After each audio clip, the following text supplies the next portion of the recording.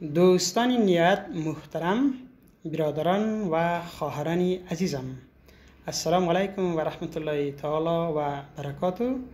امیدوار هستم و آرزو دارم که شما عزیزان با فامیل های محترمتان در هر گوشه جهان که هستین صحتمند و خوب و خوش در پناه خداوند جل جلاله باشین.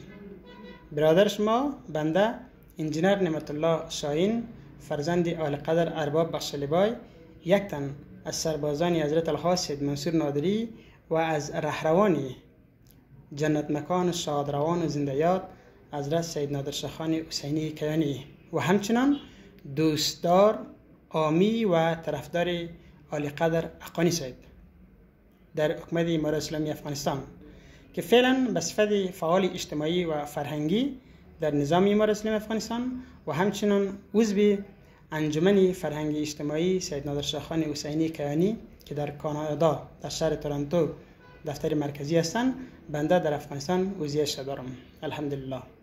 دوستان خردمند، میخوام که چند پارچه شعر در حضور شما خوبان دکلمه نماییم.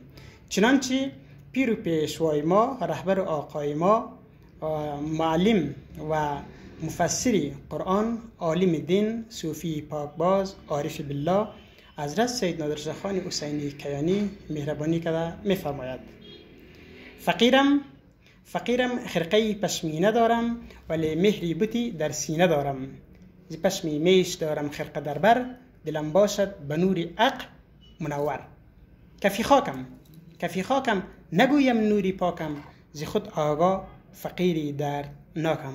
و همچنان آن عارف وارسته، آن صوفی پاکباز، آن عارف بالله مهربانی کرده میفرماید: به خود بکشاده ام دایم در رسول، تو ای نادر یکی از رهبر رسول. به نیک و بد گر توانی سول بهتر، به جز جاهل کی باشد منکر رسول. چنانچه آقای محقق گفتن که حقانی صاحب مرد جنگ و مرد صلح هست. ما بیشتر از پروردگار صلح بخواهیم، طرفدار صلح هستیم. رهبر فرزانه ما منصور دوران، عقاب کیان، عاشق قرآن و خدمتگار انسان حضرت الحاج سید منصور نادری، شخصیت روحانی و ملی کشور، رهبری اسماعیلیانی غیور، آگاه و قدرشناس.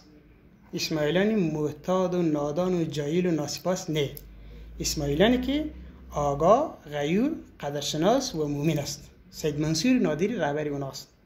چنانچه نادری صاحب یعنی رهبر ما حضرت خانواس صاحب مهربانی کرده سروده است: ازل عشق و ابد عشق و جهان عشق، همه ذرات این کون و مکان عشق. زمین و آسمان تا لوح و کرسی، خدا عشق و سخن عشق و بیان عشق.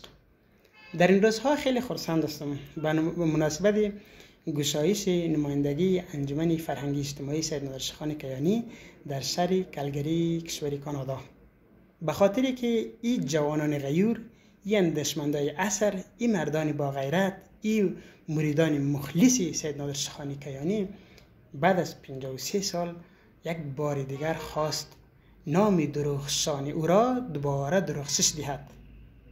بناهن من خیلی خرسند هستم.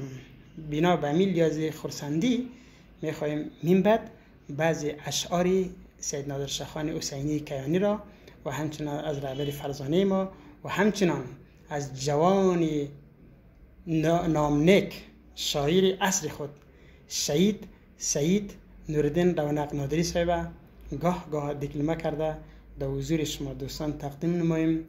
از این که بیشتر او را نمیخوایم ویرایش بکنم، این طبیعت ما است که هر چیزی را که آدم تهیه میکنه به مو سبک اصلیش، به مو واجد شرایط طرف باید تهیه بکنن. بنا به اولی است من همین قسم تلفن دم روی خود کامره پیشریش را چالان کرده، من بعد بعضی اشعار را دکلمه کرده با شما عزیزان شریک میسازم. درست است؟ سلام علیکم و رحمت الله.